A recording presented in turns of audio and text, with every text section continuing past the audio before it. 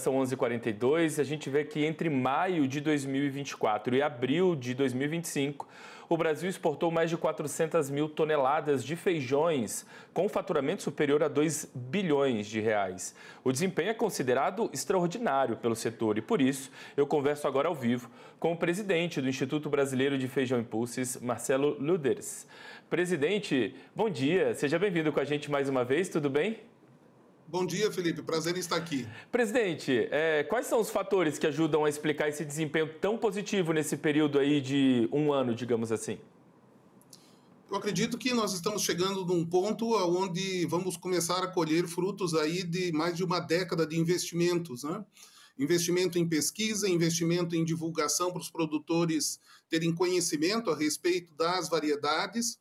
E essa diversidade de variedades, somada ao trabalho que vem sendo feito pelos adidos agrícolas do Ministério da Agricultura, pelo projeto Brasil Superfoods, que o IBRAF tem junto com a Apex Brasil, o esforço dos exportadores também tem investido na divulgação da capacidade brasileira de atender a demanda de diferentes países. Nós temos aí a possibilidade hoje de atender, sem dúvida, cerca de 75 países. Nós tínhamos lá 2, 3 variedades e hoje, em termos de variedades, nós temos capacidade para atender esses 75 países com mais de 20 variedades diferentes. E o interessante, Felipe, é que dos feijões exportados, nada foi de feijão carioca. Então, o principal feijão consumido no Brasil, ele é preservado, ele tem o mercado dele aqui dentro, né? Não há mercado ainda internacional para ele. E os feijões que mais foram exportados foi o feijão preto, né? O tradicional feijão preto produzido na região sul, o feijão que é chamado de mungo preto, um feijão que não é conhecido da nossa gastronomia ainda. Eu acredito que a gente venha a desenvolver também o hábito desse feijão, porque foi uma grande quantidade que foi exportada para a Índia, de um feijão que nós não tínhamos produção há 2, 3 anos atrás. Então, é uma somatória de fatores para chegar, nesse momento, a ter esse recorde. Bom, a gente vê então que existe uma variedade, né, já colocada no mercado de feijões. E hoje, quais são os nossos maiores compradores ou os nossos principais destinos dos feijões aqui brasileiros? Nós continuamos tendo a Índia como o grande importador de feijões do Brasil, mas o ano passado, pontualmente, de lá para cá, nós tivemos aí a inclusão de México, Venezuela, Guatemala, Costa Rica, esses países da América Central que consomem feijão preto. Nós tivemos uma feliz coincidência, parte foi coincidência, parte foi preparo para estar pronto na hora certa e ter o volume para exportar de feijão preto, após um monitoramento que nós estamos fazendo, e naquela oportunidade, em 2023, percebemos que haveria uma quebra na safra do México, uma incapacidade de atender a demanda total da América Central e México incluso, né, por parte dos Estados Unidos, uma diminuição na oferta da China e ainda uma geada muito forte que acabou atingindo as lavouras argentinas de feijão. Somando todos esses fatores, nós tivemos, então, essa possibilidade de mais de 90 mil toneladas serem exportadas de feijão preto, quando, em 2023, nós tínhamos exportado aí cerca de 4 mil toneladas de feijão preto. Aí mais o feijão rajado, que é aquele fundo bege com riscas vermelhas, o feijão vermelho, propriamente dito, em 2 tamanhos, tem o pequeno e tem o grande, o feijão calpi do Mato Grosso, né, o fradinho do Mato Grosso, o fradinho da Bahia, né, que é o feijão pingo de ouro, mais o feijão mungo verde, que faz parte da culinária oriental. O Brasil tem uma pequena colônia oriental que consome aqui e temos produzido excedentes para mandar também para outros países.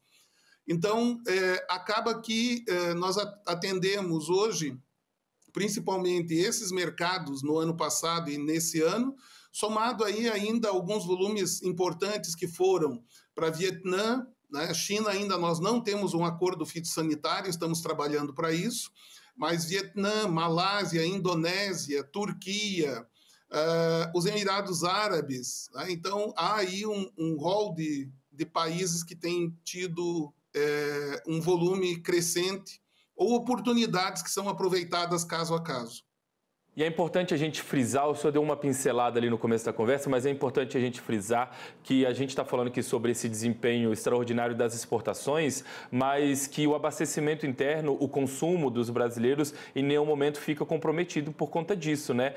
A gente exporta apenas o excedente, a gente garante o abastecimento interno e apenas envia para fora o excedente, não é isso? Perfeitamente, como em casos do milho também acaba ocorrendo.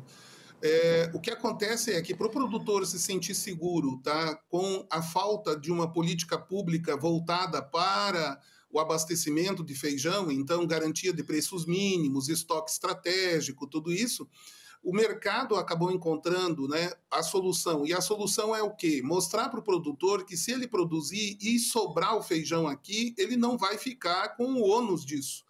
Na verdade, ele vai ter um bônus, né? Que se estiver sobrando aqui, ele vai exportar. E é interessante que de um produto como o feijão, que nós tivemos oportunidade agora de exportar um pouco mais de 10% da produção brasileira de feijão, ela ocorre quando nós estamos sendo extremamente competitivos para atuar no mercado internacional. Você não consegue exportar um produto mais caro num item básico como o feijão. Então, nós temos que ter um controle muito estrito dos custos de produção, elevar a produtividade procurando manter um custo relativamente controlado, e isso vai significar, em primeiro lugar, abastecimento e tranquilidade para o mercado interno, para o consumidor brasileiro, e num segundo momento, sim, aí um efeito colateral, eu diria, secundário desse abastecimento interno é ter a possibilidade da exportação.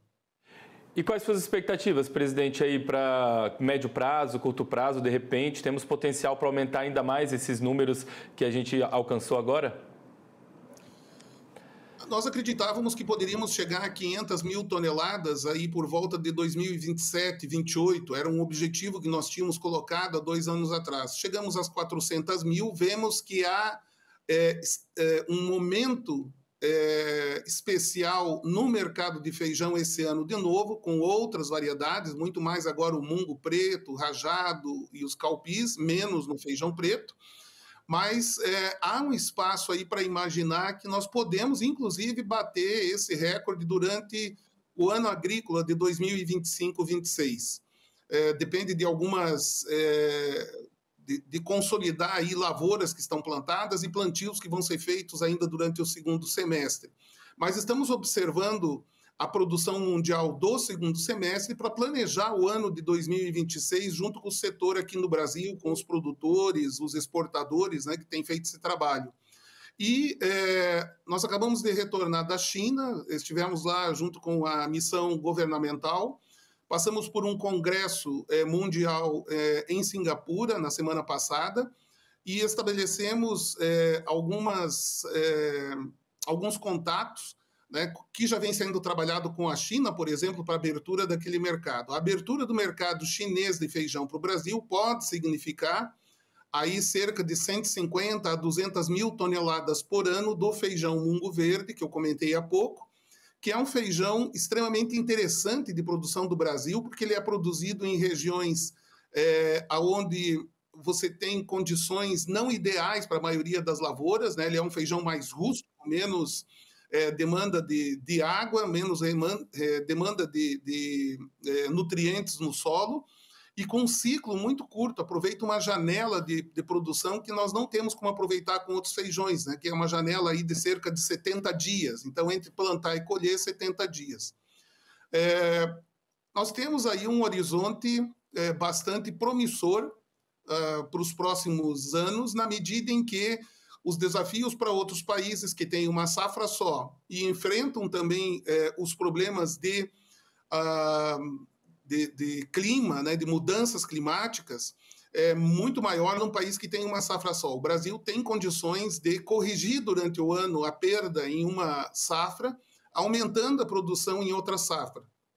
E isso nos dá aí uma condição, eu diria, única no mundo, né, juntando toda essa pesquisa que foi feita nos últimos anos, a preparação dos produtores, a preparação e o investimento dos exportadores, e daí a área institucional também, como a Apex, o Ministério da Agricultura, o Ministério de Relações Exteriores, o Ministério da Indústria e Comércio, todo mundo trabalhando no mesmo intuito, garantir o abastecimento interno através de uma regulação de mercado de oferta e demanda com o exterior.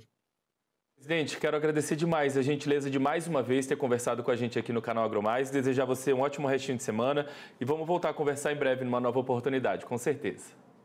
É sempre um prazer e não esqueçam o produto agora na hora do almoço, né? O feijãozinho na hora do almoço.